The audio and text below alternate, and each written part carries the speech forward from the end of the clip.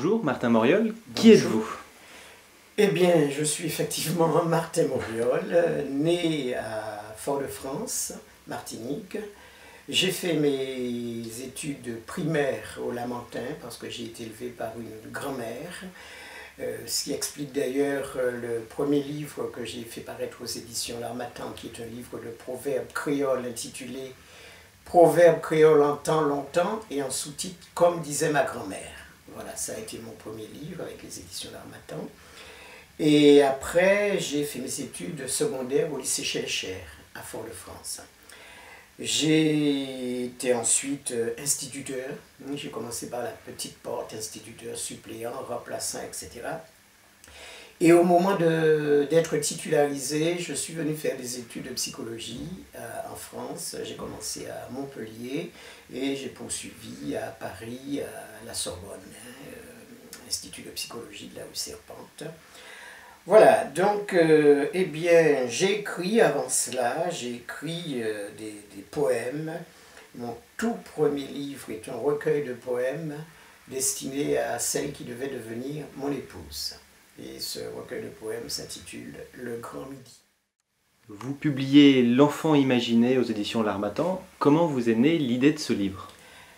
L'Enfant imaginé, c'est un roman, tout d'abord il faut le savoir, volumineux d'ailleurs, j'ai été moi-même surpris de voir son volume, il a plus de 400 pages. L'Enfant imaginé a pour sous-titre « De la souffrance à la résilience ». C'est un sous-titre qui peut paraître ésotérique pour certaines personnes.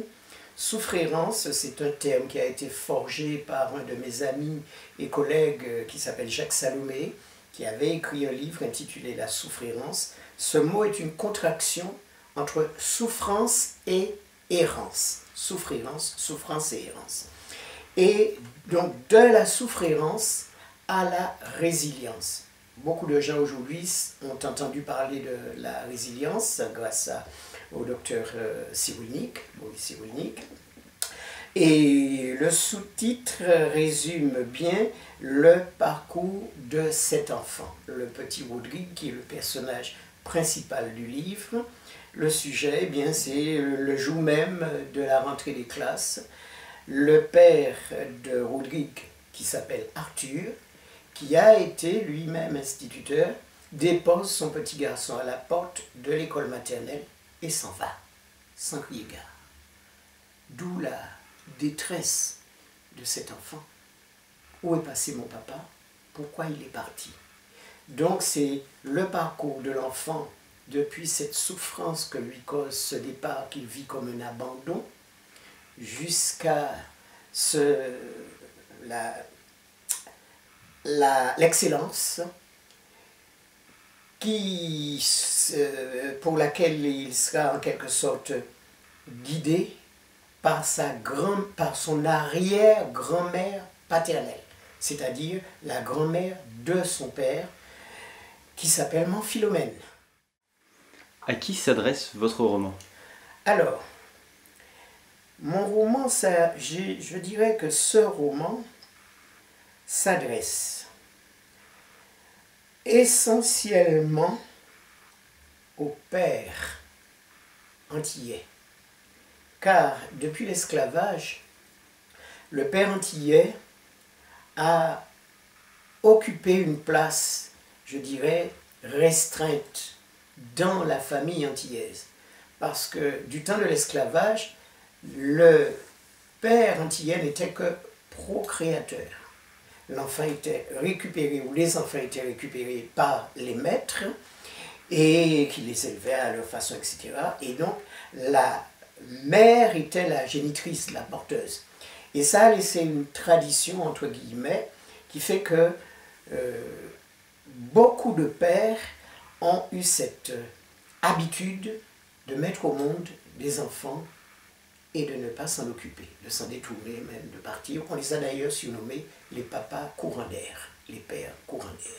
Donc ce livre s'adresse d'abord aux pères, mais aussi aux mères, pour les amener à prendre... Oui, alors excusez-moi, je reviens un petit peu en arrière. Et du fait de cette cette coutume antillaise, eh bien, beaucoup d'enfants de chez nous ont été élevés par leur grand-mère, parce que les mamans n'arrivaient pas, quoi. Et cela a eu pour conséquence, je crois, de créer, de forger une personnalité particulière. Voilà. Et donc ce livre est destiné aux parents antillais pour attirer leur attention sur les problèmes psychologiques que cette situation peut provoquer.